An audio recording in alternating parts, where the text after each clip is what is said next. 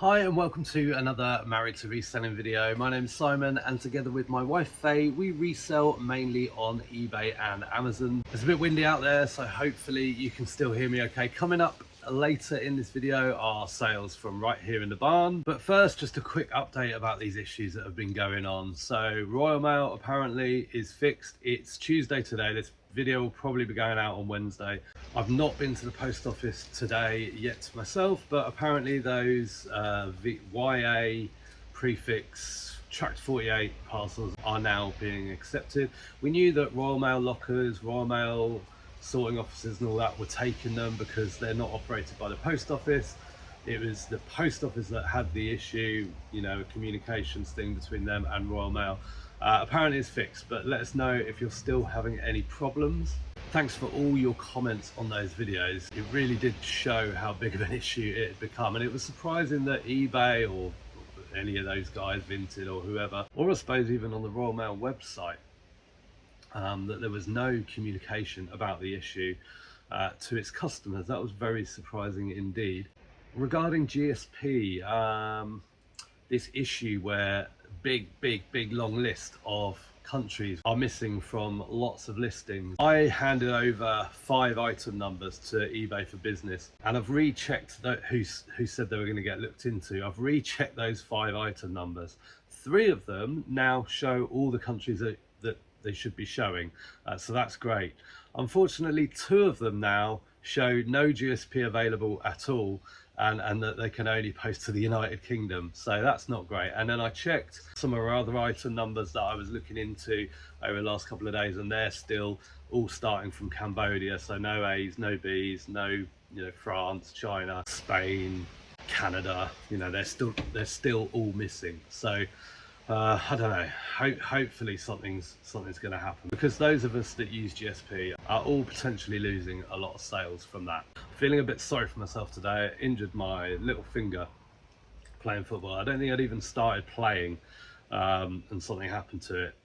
But what I wanted to do, we just get a lot of questions about sort of packaging parcels and stuff. We get a lot of questions about lots of things, which is really good. We really do appreciate it. Sorry, there's building works going on 2 doors over, so you might be able to hear sawing and stuff. I've no idea, but what I thought I would just show you just really quickly. I know a lot of people avoid doing breakables just because of the worry with packaging, and it's nothing to worry about. So I just want to show you typically what I would do with a plate. It's very simple. Don't even use a box for the majority. Now, I should say that if I'm sending like a really high value item, better believe that I am going to be making it absolutely bomb proof and indestructible. It'll be going in a box, and all that. But for one plate, you know, average value, I think around about a tenner. All I'm going to do, first of all, we use this shrink wrap. So this is already on it. That's just really for storage. Now, if this was 2 plates, I'd put those plates together and I would shrink wrap them together really tight so there's no movement between the 2 plates. Then all I do is put a strip of cardboard all the way around and seal it up, and then a length of bubble wrap all the way around and seal it up, and then quite often I'm just going to pop it straight in a bag. Obviously it's up to you how you do that. The reason we take that approach with lower value items is because the time I'm going to save and the resources I'm going to save by doing that really outweighs.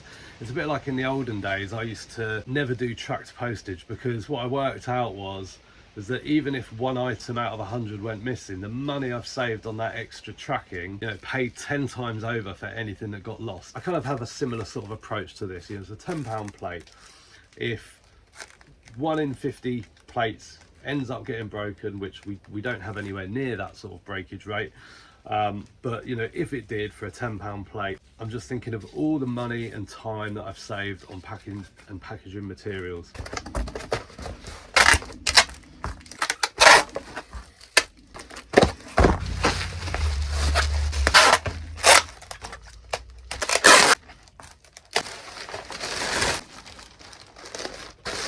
There we go, that was quite painful doing that. If you watch this channel for a while, you'll know that we've sent a lot of plates over the course of time.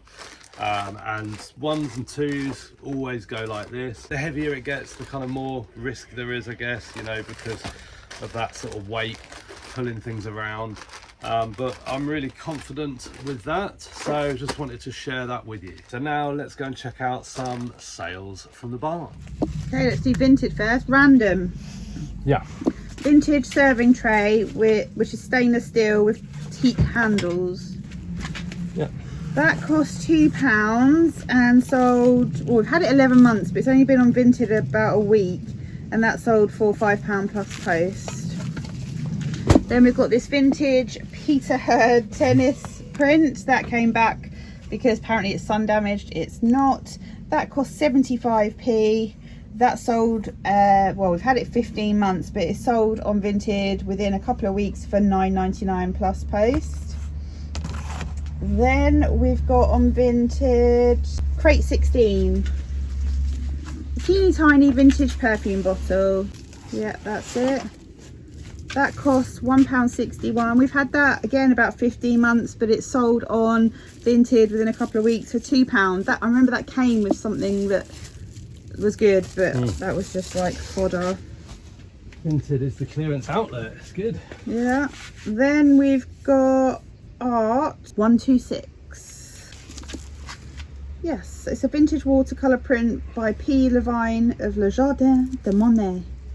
Cost £1, and that sold within 9 months. We've had it 9 months. It's been on Vinted a couple of weeks again. Sold for £18.40 plus post. Monet's garden to the layperson. Got these Carol Nevin placemats, 5 of them, hand painted from South Africa. They cost 3p. They've been on Vinted a couple of weeks and sold for £6 plus post. Now let's go over to eBay. Crate 20. Yeah. A Wilco mug with blossom on it. Could it be that one? So that cost £1.75. That was a tea room purchase, and it sold for £8 within 7 months. Took an offer. Yes. There we got crate 20 again.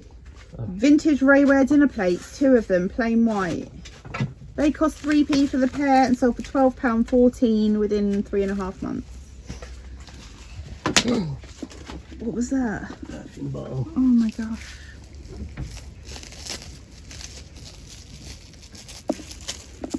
Just dropped it on the floor, didn't you? It's a little bit wobbly for my liking. I don't know if it was wobbly before. He's just broken it. Stars. Right, I'll have to cancel that. Sorry. Right, R86. Tudor house frame needlepoint tapestry country cottage. It's actually William Shakespeare's mum's house. Cost £1, sold within 11 months for £9.49.